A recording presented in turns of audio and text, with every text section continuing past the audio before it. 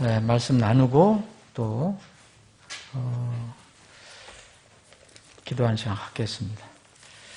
요한복음 계속해서 봅니다. 요한복음 19장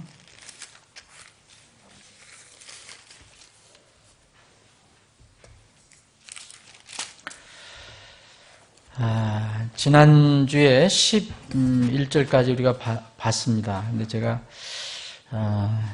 시간이 좀 지난 것 같아서 더 말씀을 못 드렸는데 오늘 다시 한번 그 뒷부분을 살펴보고 시간 되는 대로 이렇게 진행하겠습니다. 이 11절 보시면 예수님께서 대답하시되 위에서 내게 주지 아니하셨더라면 나를 해할 권한이 결코 내게 있지 아니하였으리니 그러므로 나를 내게 넘겨준 자에게는 더 큰 죄가 있느니라 하시니라. 예수님께서 지금 빌라도와 대화를 나누시면서 이렇게 하신 말씀이에요. 저는 이 예수님의 이 말씀이 이렇게 뭐랄까요, 크게 와닿았거든요. 여러분들은 어떠신지 모르지만 이건 예수님께서 직접 빌라도 앞에서 신문을 받으시면서 하신 말씀이에요. 그래서 제가 성경을 다 이렇게 찾아보니까 예수님 입에서 이렇게 어떤 사람은 어떤 사람보다 더 큰 죄가 있다. 이렇게 더 큰 죄. 영어로는 더 greater sin이라고 했는데 분명히 예수님께서 이렇게 비교를 하셨어요. 죄인데 더 큰 죄라고 예수님의 입에서 말씀하셨어요. 하나님께서 말씀하신 겁니다. 그래서 저는 이 죄의 크기, 더 큰 죄, 이게 무엇을 의미하는 건가 한번 생각을 해봤습니다. 우리는 흔히 이제 신학적으로 로마 가톨릭 신학은 죄를 이렇게 구분을 합니다. 그래서 크게 여러분들 잘 대부분 아시겠지만 로마 가톨릭에서는 대죄, 소죄를 나눕니다. 대죄는 죽음에 이르는 죄라고 그들이 얘기하고요. 소죄는 그래도 용서받을 수 있는 죄라 이렇게 얘기합니다. 이 대죄, 소죄를 나눠서 대죄를 진 사람은 천국에 갈 기회가 없는 거죠. 죽음에 이르는 그런 그 죄고, 이 소죄를 진 사람은 이제 용서받을 수 있는 기회가 있는데 누구나 바로 이렇게 완전히 죄를 짓지 않고 사는 사람이 대부분 없기 때문에 특별한 사람 아니면 그들이 얘기하는 그 기준으로 우선 그런 사람은 연옥으로 가서 단련을 받은 뒤에 천국으로 이렇게 점차 옮겨질 가능성이 있다, 기회가 있다라고 이렇게 가르쳐 줍니다. 그래서 여기 연옥도, 요거는 퍼거토리라는 것도 그 옥은 옥이고, 그 연이라는 것은 불로다가 단련한다는 연자예요. 그래서 이게 우리 말도 아주 정확하게 맞는 건데, 불화자 붙어 있어요.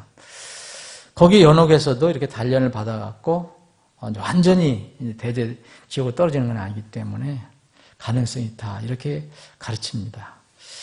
그래서 이 연옥에 떨어져 있는 사람들을 위해서 이게 지상에 있는 사람들은 어떻게 해야 된다, 조상을 위해서 어떻게 해야 되고, 친척을 위해서 어떻게 해야 되고, 뭐 지인을 위해서 어떻게 해야 되고, 그래서 이게 이제 중세 시대에는 이게 이제 돈으로 이제 연결이 돼서 많은 돈을 또 이렇게 모으게 된 그런 가톨릭이 동기가 됐죠. 이런 가르침은 돈과 종교 권력을 유지하기 위해서 인간이 이렇게 발명해낸 어떤 발명품이다. 기막힌 발명품이다. 그래서 이 많은 사람들이 속고 있습니다. 성경에 연옥이라는 단어 자체가 없습니다. 그리고 사실 죄의 싹은 사망이요 해서 이 사망의 이 값을 치러야 하는 것, 이것은 죄입니다. 그냥 뭐 큰 죄, 작은 죄, 소죄, 중죄 이런 게 있는 것이 아니라 그냥 죄의 삭은 사망이고 하나님의 선물은 예수 그리스도 우리 주 안에 있는 영원한 생명이다. 그렇게 이야기합니다. 예수 그리스도 안에 있느냐? 그 죄에 있느냐? 이게 둘 중에 하나입니다. 큰 죄는 바로 가고 적은 죄는 어떻게 해서 나중에 가고 그런 게 아닙니다. 그리스도 안에 있느냐? 죄 안에 있느냐? 이걸로만 나누죠. 그런데 주님께서 오늘 이 말씀을 하신 거 보면 제가 성경을 찾아보니까 이 더 큰 죄라는 용어는 성경에서 여기밖에 나오지 않습니다. 예수님께서 하신 말씀 이게 처음이자 마지막이에요. 유일한 거예요. 왜 예수님께서 이런 말씀을 하셨을까? 주님께서 분명히 말씀하신 것은 죄의 싹에 대한 사망을 큰 죄만 사망을 당하고 작은 죄는 사망을 당하지 않는다는 게 아니고 죄의 싹은 사망인데 그럼에도 성경은 주님의 입을 통해서 말씀해 주신 것은 죄의 크기의 차이가 있다고 말하는 겁니다. 죄의 크기의 차이가 있다. 여기서 예수님께서 말씀하신 것은 나를 내게 넘겨준 자에게는 더 큰 죄가 있다 그랬어요. 그러면 여기 나를 내게 넘겨준 너는 지금 빌라도입니다. 그죠? 이건 틀림없습니다. 너에게 넘겨준 자는 나를 내게 넘겨준 자는 더 큰 죄가 있다. 그럼 빌라도에게 넘겨준 사람이 누굴까? 여러분 가야바라는 것을 아실 것입니다. 대제사장. 유대의 하나님을 믿는다고 하는 대제사장 가야바예요. 그러면 가야바에게 넘겨준 사람은 누굽니까? 여러분 누굽니까? 가룟 유다입니다. 가룟 유다. 이 가룟 유다도 하나님을 믿는다는 사람이었습니다. 세상 이교도도 아니었고 불신자도 아니었습니다. 그래서 이것을 한번 생각을 해볼 필요가 있습니다. 예수님의 입에서 여기서 어떤 사람은 이게 뭐 가룟 유다라고도 하는 사람도 있어요. 어떤 사람은 여기 가야바라고도 합니다. 어떻게 하든지 간에 분명히 예수님을 넘겨준 사람, 가룟 유다는 가야바에게 넘겨줬고 가야바는 또 빌라도에게 넘겨줬어요. 그 넘겨준 사람, 분명히 넘겨준 사람이 있습니다. 빌라도도 죄가 없다는 게 아닙니다. 빌라도도 죄가 있는데 빌라도 보다 더 그 죄가 더 크다는 겁니다. 이것은 뭐냐? 하나님을 안다고 하고 하나님 예를 들면 교회 안에서 활동하였던 가룟 유다 같은 경우 그때 적은 교회였지만 주님 중심으로 해서 교회로 모인 거죠. 가룟 유다의 죄는 더 크다고 볼 수 있습니다. 가야바는 이스라엘 백성을 유대인들을 말씀으로 이끌어주는 대원으로 이끌어주는 사람이었습니다. 그런데 그 사람이 더 큰 죄라고 그랬습니다. 빌라도는 여기서 사실 이교도입니다. 이 예수님께서 하신 말씀이 무엇을 의미할까? 우리가 한번 이 시대에 살아가면서 깊이 생각을 해볼 필요가 있다고 저는 생각합니다. 자연인 빌라도의 죄보다 이교도 빌라도의 죄보다 종교에 관련된 사람, 지도자든 뭐든 이런 사람들의 죄가 훨씬 크다는 겁니다. 사람의 기준과 다르게 말씀드린 대로 크든 작든 모든 죄의 삭은 사망입니다. 이것은 불변입니다. 그러나 마지막 정죄 언도로 처해지는 영원한 지옥의 고통은 동일하지 않습니다. 이것을 성경이 암시하고 있습니다. 죄의 삭은 동일하지만 죄의 삭의 집행 정도는 동일하지 않다는 거예요. 지옥의 고통 정도가 분명히 다르다는 것을 인정해야 합니다. 여기서 주님께서 말씀하신 더 큰 죄가 있다. 이 말씀에서 여러 가지 우리가 생각해 볼 수가 있겠지만 카톨릭의 그 자료를 보니까 거기는 대제 소재 나누는데 웬만한 소재는 일주일에 한 번씩 신부한테 나가서 고해성사를 하면 그게 없어져요. 고해성사. 아시죠? 그런데 그들이 자료를 보는 거예요. 제가 보니까 거기에 고해성사를 해도 신부가 사해줄 수 없는 죄가 목록이 나와요. 그들을 나름대로. 뭐 성경이거나 없는 거죠. 근데 여기는 첫 번째 성체모독이에요. 성체. 그들이 이렇게 생각하는 왜 있잖아요. 성병이라고 해서 이렇게 뭐 신부가 이렇게 거룩하게 들고 와서 뭐 주고 뭐 하는 거 있잖아요. 그런 성체를 모독하는 거. 뭐 무시했다든지 뭐 침을 뱉다든지 발로 밟았다든지 업신여겼다든지 이거는 신부가 사해줄 수 없대요. 신부가 사해줄 수 없습니다. 두 번째는 고백성사의 비밀을 누설하면 이것도 신부가 다시 용서해 줄 수가 없습니다. 여러분 혹시 고백성사 해보셨는지 모르지만 고백성사하면 신부하고 비밀 이렇게 조금만 이 간격을 두고 이렇게 비밀 얘기하는 거죠. 근데 그 고백성사를 할 때 쭉 이렇게 쓰잖아요. 가톨릭 사람들이 어떻게 하는지 성당마다 틀리겠지만, 근데 그것을 굳이 들어서 그것을 앞에 있는 사람이 듣든지 뒤에 있는 사람이 들어갖고 그거를 누설하는 거는 다시는 그 신부가 용서를 해줄 수 없다는 거예요. 고백성사를 해도. 그거는 신부한테도 해당이 된답니다. 다른 신부, 어떤 고백성사를 받은 신부가 저 사람 이런 놀라운 죄가 있어. 내가 들었어. 이걸 다른 사람들 얘기하면 다시는 거기 그 신부가 그 고해성사를 통해서 용서를 못 해준다는 거예요. 그리고 교황에 대한 모독, 교황을 욕하거나 뭐 여러 가지 교황에 대해서 이런 것은 신부가 용서를 못 해줘요. 그리고 또 신부가 윤리도덕적으로 이렇게 잘못됐는데 다른 사제가 용서를 못 한다는 거예요. 그러면 이거는 누가 용서를 해줘야 되느냐? 이거는 반드시 교황청의 심의가 있어야 돼요. 허락이 돼야 돼요. 그러면 용서해 줄 수가 있어요. 그 교황청에서 해야 됩니다. 이것이 바로 그 가톨릭에서 얘기하는 죄를 다루는 이런 내용이에요. 얼마나 인위적입니까, 이게? 참으로 인위적이잖아요.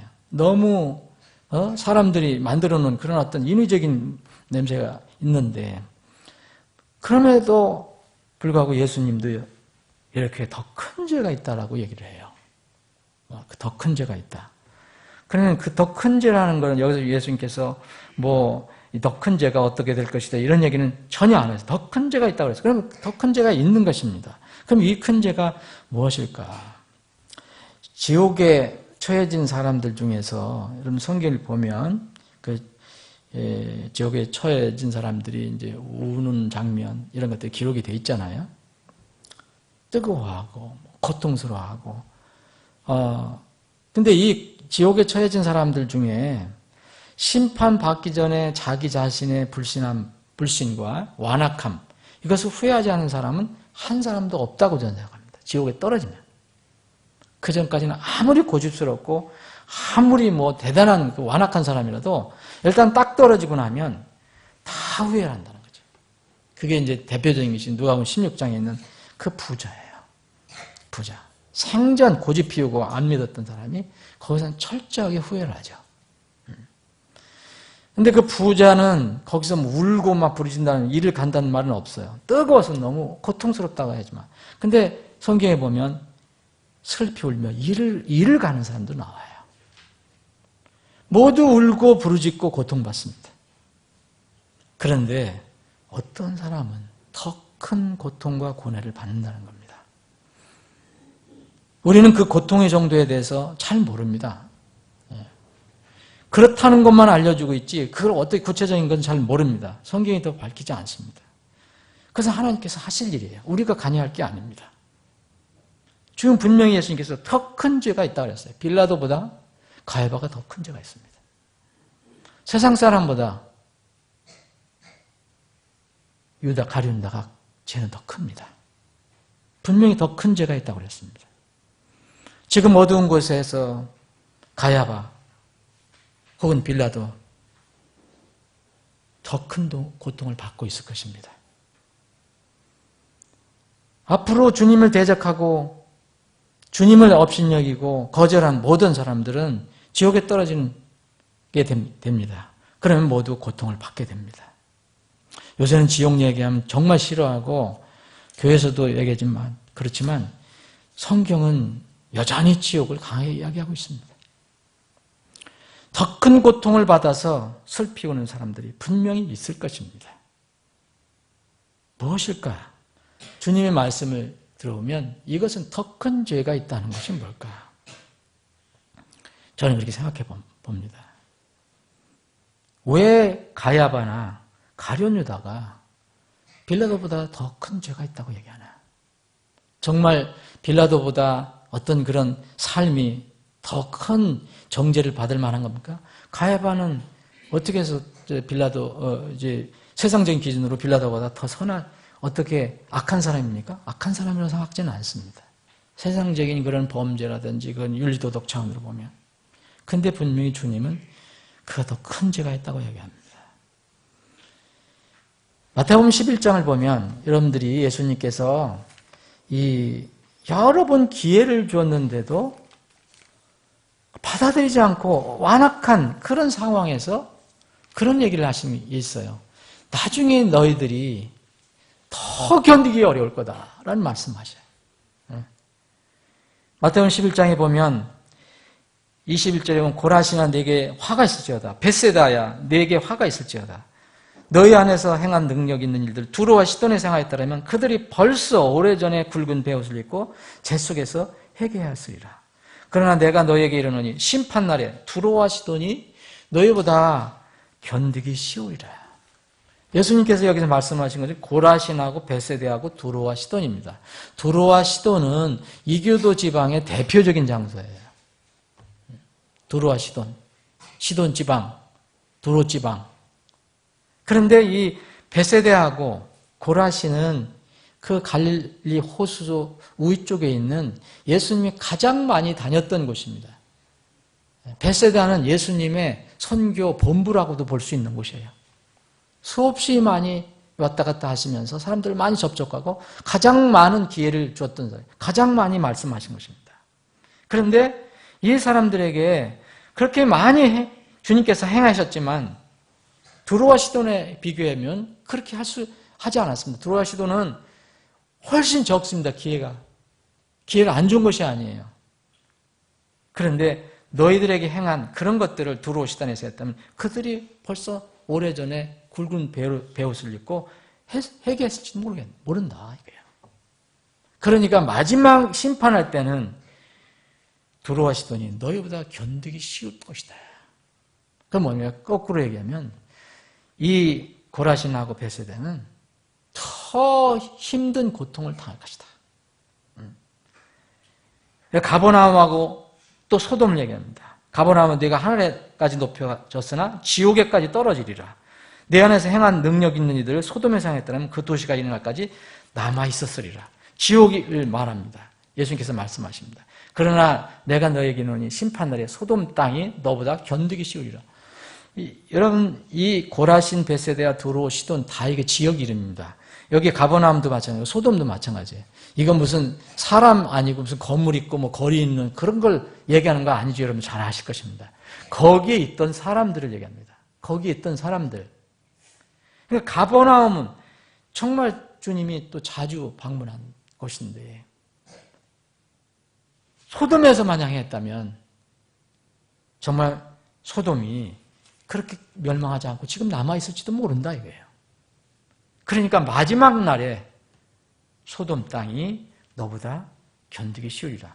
너 가버나움에 사는 사람들아. 그때 이게 소돔 땅에서 멸망받은 사람보다 견디기 쉬울 것이다. 참 무서운 말씀입니다. 이것이 바로 예수님께서 가르쳐주신 진리예요. 이거는 뭐 분석할 것도 없습니다. 그냥 이해하면 되는 거예요. 받아들이면 되는 거예요. 이거를 무슨 비유로다가 해석할 사람이 누가 있겠습니까? 심판날에 분명히 이렇게 된다는 거예요. 이런 영적인 분명한 성의 가르침을 알면은 여기 지금 빌라도는 불신자예요. 그리고 가룟 유다나 이 가야바는 구원받지 못한 상태였지만 뭔가라도 그래도 하나님을 믿는다고 한 그런 사람이었었어요. 그래서 이런 것을 알게 되면 우리가 뭐 신, 불신을 떠나서 그걸 막론하고 우리에게 주어진 한 번 주어진 인생 정말로 함부로 살아서는 안 된다는 것을 알아야 합니다. 정말 소중한 인생입니다. 우리 마음대로 이 땅에 오지다 못했습니다. 우리 마음대로 또 신청해서 가는 것도 아닙니다. 그냥 절대적인 어떤 하나님의 섭리의 가운데서 우리가 이 땅에 태어나서 지금 살아갑니다. 한 번 주어진 인생 함부로 살아서는 안 된다 이거예요.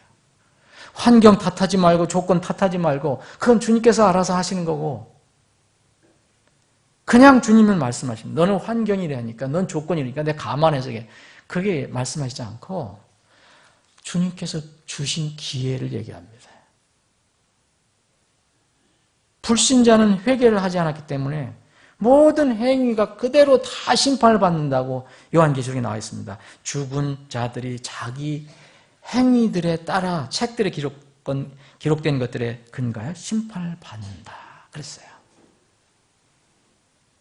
구원받은 신자들은 그리스도의 심판석에서 우리는 또 심판을 받는다 그랬어요. 구원받은 후의 모든 삶에 관해서 심판을 받는다고 그랬습니다. 모든 행위 중에서 고백하여 회개하지 않은 모든 죄와 불법, 의도적으로 행하고도 회개하지 않은 것, 그거 알면서도 주님께 토설하지 않은 것, 그 은혜니까 상관없어. 이런 모든 것들은 그대로 남아서 주님의 심판을 받게 되어 있습니다. 그리스도인들은 지옥의 사망에 처해질 모든 죄는 용서받았어요. 이미 예수님의 그 고귀한 피로 다 용서받았습니다. 지옥은 정말 아디오입니다. 우리하고는 상관이 없습니다. 우리가 잘해서 그런 게 아니라 예수님께서 우리를 위해서 대신 그렇게 이제 다 그것을 받으셨기 때문에 대신 고통을 받으셨기 때문에 우리는 지옥의 형벌하고는 상관이 없습니다. 그러나 아버지와 아들의 관계에서 나타날 수 있는 것들은 자동적으로 사라지는 것이 아닙니다. 만약 그렇다면 예수님 믿고 구원받은 후에는 이 세상이 더 험해질 수도 있어요. 바울 사도가 그렇게 한탄했던 로마서 6장, 그거보다 더 심한 현상이 막 일어날 수도 있습니다. 근데 공의 하나님은 우리가 그렇게 가볍게 주님을 생각해서는 안 됩니다. 공의 하나님은 그리스도의 심판석이라는 것을 만들어 놓으셨습니다. 여기는 구원받은 사람들만 가게 됩니다. 무서운 심판주에서 우리는 아버지가 됐어요. 그 아버지, 우리의 아버지가 되신 그 하나님께 우리는 구원받고 난 뒤에라도 어떤 우리 삶 속에서 있는 것, 주님과의 관계는 다 주님께 내려놓고 용서를 받아야 합니다. 그게 요한 1서 1장의 가르침이에요. 요한 1서 1장은 절대로 구원받지 않은 사람을 얘기하는 게 아닙니다. 그렇게 가르치는 사람이 있는데 그건 정말 잘못 가르치는 겁니다. 그건 구원받은 사람에게 주는 말씀이에요. 이미 비단에 들어온 사람들. 그래서 함부로 살지 말라는 거예요. 그리고 잘못 살고 뭐가 있으면 주님 앞에 무릎을 꿇으라는 거예요. 기독교 신앙을 고백하면서도 죄를 가볍게 생각하는 사람은 둘 중에 하나입니다. 기독교 신앙을 고백하면서도 죄를 가볍게 생각하는 사람은 둘 중에 하나예요. 하나는 거듭나지 않았거나 거듭났는데 그리스도의 심판석을 잘못 이해하는 사람, 하나님을 잘못 이해하는 세속적인 신자입니다.